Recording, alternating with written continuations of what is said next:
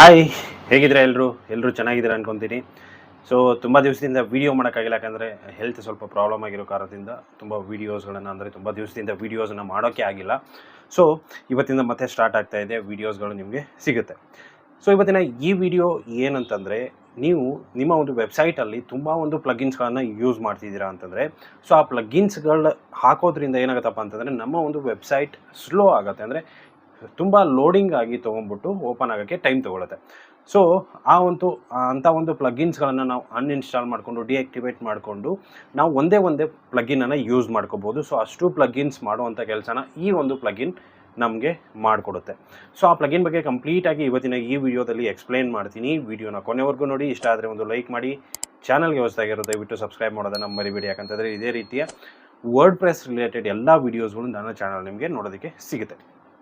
So ಹೋಗೋಣ computer screen ಮೇಲೆ ಯಾವುದದು ಆ ಪ್ಲಗಿನು, ಸೊ ಅದರಲ್ಲಿ ಏನೇನೆಲ್ಲ ಮಾಡ್ಬೋದು ಅನ್ನೋದನ್ನು ಕಂಪ್ಲೀಟಾಗಿ ನಾನು ನಿಮಗೆ ಸ್ಟೆಪ್ ಬೈ ಸ್ಟೆಪ್ ಆಗಿ ಎಕ್ಸ್ಪ್ಲೇನ್ ಮಾಡ್ತೀನಿ. ಬನ್ನಿ ವಿಡಿಯೋನ ಶುರು ಮಾಡೋಣ. ಸ್ನೇಹಿತರೆ, ನೋಡ್ಬೋದು ನಾನು ನನ್ನ ಒಂದು ವರ್ಡ್ ಪ್ರೆಸ್ ಡ್ಯಾಶ್ ಬೋರ್ಡನ್ನು ಓಪನ್ ಮಾಡ್ಕೊಂಡಿದ್ದೀನಿ. ಸೊ ನೀವೇನಾದರೂ ಹೊಸದಾಗಿ ಬ್ಲಾಗಿಂಗನ್ನು ಸ್ಟಾರ್ಟ್ ಮಾಡ್ಕೊಳ್ಬೇಕು ಅಂದ್ಕೊಂಡಿದ್ರಪ್ಪ ಅಂತಂದರೆ ನಿಮಗೆ ಹೋಸ್ಟಿಂಗ್ ಮತ್ತು ಡೊಮೇನ್ ತುಂಬ ಇಂಪಾರ್ಟೆಂಟ್ ಆಗುತ್ತೆ. ಸೊ ಹೋಸ್ಟಿಂಗ್ ಮತ್ತು ಡೊಮೇನನ್ನು ನಾನು ರೆಕಮೆಂಡ್ ಮಾಡೋದು ಯಾವುದಪ್ಪ ಅಂತಂದರೆ ಹೋಸ್ಟಿಂಗ್. ಸೊ ಹೋಸ್ಟಿಂಗರಲ್ಲಿ ಬೆಸ್ಟ್ ಆಫರ್ಸ್ಗಳ ಒಂದು ನಿಮಗೆ ಸಿಗುತ್ತೆ. ಸೊ ಅದರಲ್ಲಿ ನಿಮಗೆ ಅದೇ ರೀತಿಯಾಗಿ ಸರ್ವಿಸ್ ಕೂಡ ಸಿಗುತ್ತೆ, ಇಮೇಲ್ಸ್ ಕೂಡ ಸಿಗುತ್ತೆ, ಫ್ರೀ SSL ಸರ್ಟಿಫಿಕೇಟ್ ಸಿಗುತ್ತೆ. ಸೊ ನೀವು ಜಾಸ್ತಿ ದಿವಸದಂತಂದರೆ ಒಂದು ವರ್ಷದ ಏನಾದರೂ ಹೋಸ್ಟಿಂಗನ್ನು ಪರ್ಚೇಸ್ ಮಾಡಿದ್ರಪ್ಪ ಅಂತಂದರೆ ನಿಮಗೆ ಫ್ರೀ ಡೊಮೇನ್ ಕೂಡ ಸಿಗುತ್ತೆ. ಸೊ ಲಿಂಕ್ ನಿಮಗೆ ಡಿಸ್ಕ್ರಿಪ್ಷನ್ ಸಿಗುತ್ತೆ. ಆ ಲಿಂಕ್ ಮುಖಾಂತರ ಪೇ ಮಾಡಿದ್ರಪ್ಪ ಅಂದರೆ ನಿಮಗೆ ಎಕ್ಸ್ಟ್ರಾ 10% ಡಿಸ್ಕೌಂಟ್ ಕೂಡ ನಿಮಗೆ ಸಿಗುತ್ತೆ. ಸೊ ಎಲ್ಲ ಹೊಸದಾಗಿ ಸ್ಟಾರ್ಟ್ ಮಾಡ್ತಾ ಇದ್ದೀರಾ, ಹೋಗ್ಬಿಟ್ಟು ಯೂಸ್ ಮಾಡ್ಕೋಬೋದು ಅಂತ ಹೇಳೋದಕ್ಕೆ ಇಷ್ಟಪಡ್ತೀನಿ. ಸೊ ಇಲ್ಲಿ ನೋಡ್ಬೋದು ವರ್ಡ್ ಪ್ರೆಸ್ ಡ್ಯಾಶ್ ಬೋರ್ಡ್ ನಮ್ಮ ಮುಂದೆ ಓಪನ್ ಇದೆ. ಸೊ ಇವಾಗ ಏನಪ್ಪ ಅಂತಂದರೆ ಆ ಒಂದು ಪ್ಲಗಿನನ್ನು ಇನ್ಸ್ಟಾಲ್ ಮಾಡ್ಕೊಳ್ಳೋಣ. ಸೊ ಪ್ಲಗಿನ್ಸ್ ಮೇಲೆ ಹೋಗೋಣ. ಸೊ ಪ್ಲಗಿನ್ಸ್ ಮೇಲೆ ಹೋಗಿ ಆದ ಮೇಲೆ ಅಲ್ಲಿ ಆ್ಯಡ್ ನ್ಯೂ ಪ್ಲಗಿನ್ ಮೇಲೆ ಕ್ಲಿಕ್ ಮಾಡ್ಕೊಳ್ಳಿ. ಆ್ಯಡ್ ನ್ಯೂ ಪ್ಲಗಿನ್ ಮೇಲೆ ಕ್ಲಿಕ್ ಮಾಡ್ಕೊಂಡ್ರಪ್ಪ ಅಂತಂದರೆ ನಿಮಗೆ ಆ ಪ್ಲಗಿನ್ ಇಲ್ಲಿ ಸರ್ಚ್ ಮಾಡೋಣ. ASE. ಸೊ ASE ಅಂತ ಸರ್ಚ್ ಮಾಡಿದ್ರೆ ಅಂತಂದರೆ ಅದು ನಿಮಗೆ ಪ್ಲಗಿನ್ ತೋರಿಸುತ್ತೆ. ನೋಡ್ಬೋದು ಅಡ್ಮಿನ್ ಆ್ಯಂಡ್ ಸೈಟ್ ಎನ್ಹ್ಯಾನ್ಸ್ಮೆಂಟ್ ಅಂತ ಬರುತ್ತೆ. ಸೊ ನಾನು ಆಲ್ರೆಡಿ ಇನ್ಸ್ಟಾಲ್ ಮಾಡ್ಕೊಂಡಿದ್ದೀನಿ, ಆ್ಯಕ್ಟಿವೇಟ್ ಕೂಡ ಇದೆ. ಸೊ ಅದ್ರ ಬಗ್ಗೆ ಕಂಪ್ಲೀಟಾಗಿ ಎಕ್ಸ್ಪ್ಲೈನ್ ಮಾಡ್ತೀನಿ ನಾನು ನಿಮಗೆ. ಸೊ ನಾನು ಆ ಪ್ಲಗಿನ್ಸ್ ಮೇಲೆ ಹೋಗ್ತೀನಿ ನಿಮಗೆ ಇವಾಗ.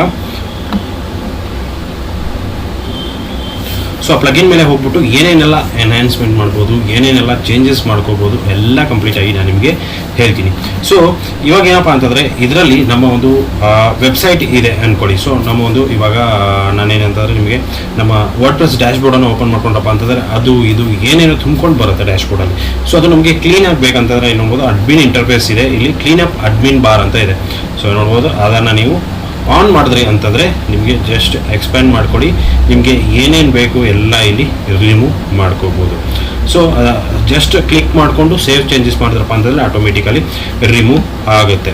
ಸೊ ಇದೊಂದು. ನೆಕ್ಸ್ಟು ಹೈಡ್ ಅಡ್ಮಿನ್ ನೋಟಿಸಸ್ ಇದೆ. ಅಡ್ಮಿನ್ ನೋಟಿಸನ್ನು ನೀವು ಚೇಂಜಸ್ ಅಂತಂದರೆ ಹೈಡ್ ಮಾಡ್ಬೋದು. ಅದೇ ರೀತಿಯಾಗಿ ತುಂಬ ಒಂದು ಆಪ್ಷನ್ಸ್ಗಳಿಲ್ಲಿ ನಮಗೆ ನೋಡೋದಕ್ಕೆ ಸಿಗುತ್ತೆ. ಸೊ ಇದಷ್ಟೇ ಅಲ್ಲದೆ ನಮಗೆ ನೋಡ್ಬೋದು ಲಾಗಿನ್ ಲಾಗೌಟ್ ರಿಜಿಸ್ಟರ್ ಅಂತ ಇದೆ. So change login URL. So ಇದೇನಪ್ಪ ಅಂತಂದರೆ ಆನ್ ಮಾಡಿಕೊಂಡು ನೀವು ಎಕ್ಸ್ಪ್ಯಾಂಡ್ ಮಾಡ್ಕೊಳ್ಳಿ. ಸೊ ನಾವು ನಮ್ಮ ಒಂದು ವರ್ಡ್ ಪ್ರೆಸ್ ಡ್ಯಾಶ್ ಬೋರ್ಡ್ಗೆ ನಾವು ಲಾಗಿನ್ ಆಗಬೇಕಪ್ಪ ಅಂತಂದರೆ WP-admin ಅಂತ ಸರ್ಚ್ ಮಾಡಿದ ಕೂಡಲೇ ನಮಗೆ ಲಾಗಿನ್ ಪೇಜ್ ಬರುತ್ತೆ. ಅದು ಕಾಮನ್ ಹೊಂದಿರುವಂಥ URL, ಯಾರು ಬೇಕಾದರೂ ಟ್ರ್ಯಾಕ್ ಮಾಡಿಕೊಂಡು ಲಾಗಿನ್ ಕೂಡ ಆಗ್ಬೋದು. ಬಟ್ ಇದರಲ್ಲಿ ನಾವೇನಪ್ಪ ಅಂತಂದರೆ ನಾವಿಲ್ಲಿ ಏನೊಂದು URL ಸೆಟ್ ಮಾಡ್ತೀವಿ ನೋಡಿ, ಆ ಒಂದು ಸೆಟ್ ಮಾಡಿರುವಂಥ URLನ ಹಾಕಿದ್ರೆ ಮಾತ್ರ ನಮಗೆ ಅಡ್ಮಿನ್ ಲಾಗಿನ್ ಆಗೋದಕ್ಕೆ ಓಪನ್ ಆಗುತ್ತೆ, ಇಲ್ಲ ಅಂತಂದರೆ ಯಾವುದೇ ಕಾರಣಕ್ಕೂ ಓಪನ್ ಆಗಲ್ಲ. ಸೊ ಇಲ್ಲಿ ನೀವು ಸೆಟ್ ಮಾಡ್ಕೊಂಡು ಏನು ಮಾಡ್ಬೋದಪ್ಪ ಅಂತಂದರೆ ಯೂಸ್ ಮಾಡ್ಕೋಬೋದು. ಸೊ ಇದೇನಪ್ಪ ಅಂತಂದರೆ ತುಂಬ ಒಂದು ಯೂಸ್ಫುಲ್ ಆಗುವಂಥ ಅಂತಲೇ ಹೇಳ್ಬೋದು.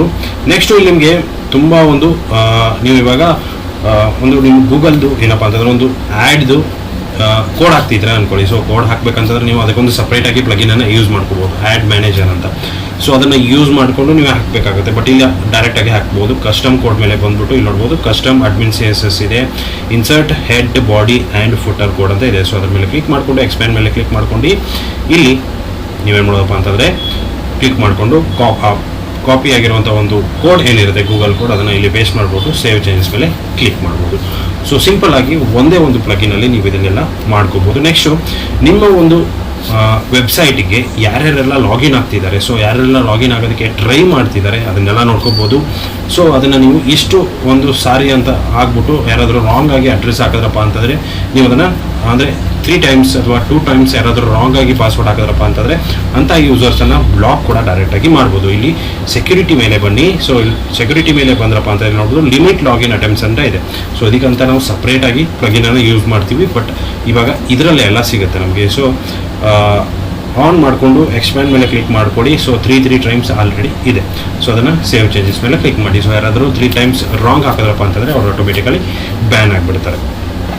ನೆಕ್ಸ್ಟ್ ಕೆಳಗಡೆ ಬಂದ್ರಪ್ಪ ಅಂತಂದರೆ ಮತ್ತು ನಿಮ್ಮ ಆಪ್ಟಿಮೈಸೇಷನಲ್ಲಿ ಬರೋಣ. ಸೊ ಇದರಲ್ಲಿ ಆಪ್ಟಿಮೈಸೇಷನಲ್ಲಿ ಇಮೇಜ್ ಅಪ್ಲೋಡ್ ಕಂಟ್ರೋಲ್ ಸಿಗುತ್ತೆ, ನಿಮಗೆ ರಿವಿಷನ್ ಕಂಟ್ರೋಲ್ ಸಿಗುತ್ತೆ. ಸೊ ಕಂಪ್ಲೀಟಾಗಿ ನೀವು ಇದರಲ್ಲಿ ಮಾಡ್ಕೋಬೋದು. ನೆಕ್ಸ್ಟ್ ಯುಟಿಲಿಟಿಯಲ್ಲಿ ಏನೇನು ಸಿಗುತ್ತೆ. ಸೊ ಯುಟಿಲಿಟಿಯಲ್ಲಿ ಇಮೇಲ್ ಡೆಲಿವರಿ ಆಗಿರ್ಬೋದು, view admin as a role ಅನ್ಬೋದು, ಪಾಸ್ವರ್ಡ್ ಪ್ರೊಟೆಕ್ಷನ್ ಕೂಡ ನಮಗೆ ಇಲ್ಲಿ ಸಿಗುತ್ತೆ. ನಮಗೆ ಮೇಂಟೆನೆನ್ಸ್ ಮೋಡ್ ಕೂಡ ಹಾಕ್ಬೋದು. ಇನ್ ಕೇಸ್ ನೀವೇನಾದರೂ ವೆಬ್ಸೈಟಲ್ಲಿ ವರ್ಕ್ ಮಾಡ್ತಿದ್ರಪ್ಪ ಅಂತಂದ್ರೆ ನಿಮ್ಮ ವೆಬ್ಸೈಟ್ ಮೇಂಟೆನೆನ್ಸ್ ಮೋಡಲ್ಲಿ ಹೋಗ್ಬೇಕಂತಂದರೆ ಇದನ್ನು ಆನ್ ಮಾಡಿಬಿಟ್ಟು ಮೇಂಟೆನೆನ್ಸ್ ಮೋಡಲ್ಲಿ ನೀವು ಹೋಗ್ಬೋದು. ಸೊ ನೆಕ್ಸ್ಟು ಇವಾಗ ನಿಮ್ಮ ಒಂದು ಅಡ್ಮಿನ್ ಲಾಗಿನ್ಗೆ ಬಂದಾಗ ನಿಮಗೇನಪ್ಪ ಅಂತಂದರೆ ಲಾಗಿನ್ ಆಗಬೇಕಾದ್ರೆ ವರ್ಡ್ ಪ್ರೆಸ್ ಲೋಗೋ ತೋರಿಸುತ್ತೆ. ಸೊ ಆ ಲೋಗೋ ನಿಮಗೆ ಬೇಡ ಅಂತಂದರೆ ಅದನ್ನು ಕೂಡ ತೆಗಿಬೋದು.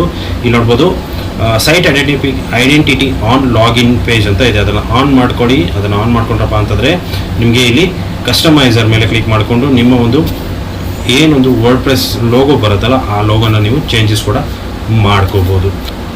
ಸೊ ಇಲ್ಲಿ ಡಿಸೇಬಲ್ ಕಂಪೋನೆಂಟ್ಸ್ ಅಂತ ಇದೆ. ಸೊ ನಿಮಗೆ ಬೇಡದೇ ಇರೋವಂಥದ್ದನ್ನೆಲ್ಲ ನೀವು ಇಲ್ಲಿ ಡಿಸೇಬಲ್ ಮಾಡ್ಕೋಬೋದು. ಕಮೆಂಟ್ಸ್ ಕೂಡ ಡಿಸೇಬಲ್ ಮಾಡ್ಕೋಬೋದು. API ಇನ್ ಕೇಸ್ ಏನಾದರೂ ಟ್ರ್ಯಾಕ್ ಮಾಡಿಕೊಂಡು API ರಶ್ ಮಾಡ್ತಿದ್ರಪ್ಪ ಅಂತಂದರೆ ಅದನ್ನು ನೀವು ಡಿಸೇಬಲ್ ಮಾಡ್ಬೋದು. So disable all updates, so updates ಎಲ್ಲನೂ ಡಿಸೇಬಲ್ ಮಾಡ್ಕೋಬೋದು. ಸೊ ಇದೊಂದು ಪ್ಲಗಿನ್ ಏನಪ್ಪ ಅಂತಂದರೆ ತುಂಬ ಯೂಸ್ಫುಲ್ ಆಗಿರೋಂಥ ಪ್ಲಗಿನ್ನು. ಸೊ ನಾವು ಬೇರೆ ಪ್ಲಗಿನ್ಸ್ಗಳನ್ನು ಯೂಸ್ ಮಾಡ್ಕೊಳ್ಳೋದಕ್ಕಿಂತ ಈ ಒಂದು ಪ್ಲಗಿನನ್ನು ಯೂಸ್ ಮಾಡಿಕೊಂಡು ನಮ್ಮ ವೆಬ್ಸೈಟಲ್ಲಿ ಹಾಕಿದ್ಬೇಕು ಅಂತಂದರೆ ನಮ್ಮ ಒಂದು ಸ್ಪೀಡ್ ಕೂಡ ಜಾಸ್ತಿ ಆಗುತ್ತೆ. ಯಾಕಂದರೆ ಬೇರೆ ಜಾಸ್ತಿ ಒಂದು ಪ್ಲಗಿನ್ಸ್ಗಳನ್ನ ಯೂಸ್ ಮಾಡ್ಕೊಂಡು ಸ್ಪೀಡ್ ಕಡಿಮೆ ಆಗುತ್ತೆ.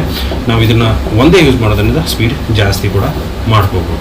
ಸೊ ಇದ್ರ ಬಗ್ಗೆ ಅರ್ಥ ಆಗಿದೆ ಅಂದ್ಕೊಂಡಿದ್ದೀನಿ. ಇಷ್ಟು ಇವತ್ತಿನ ವೀಡಿಯೋ ಸ್ನೇಹಿತರೆ, ವಿಡಿಯೋ ಇಷ್ಟ ಆಗಿದೆ ಅಂದ್ಕೊಂಡಿದ್ದೀನಿ. ಇಷ್ಟ ಆಗಿದ್ದರೆ ಲೈಕ್ ಮಾಡಿ, ಶೇರ್ ಮಾಡಿ, ಸಬ್ಸ್ಕ್ರೈಬ್ ಮಾಡೋದನ್ನು ಮರಿಬೇಡಿ. Thank you so much.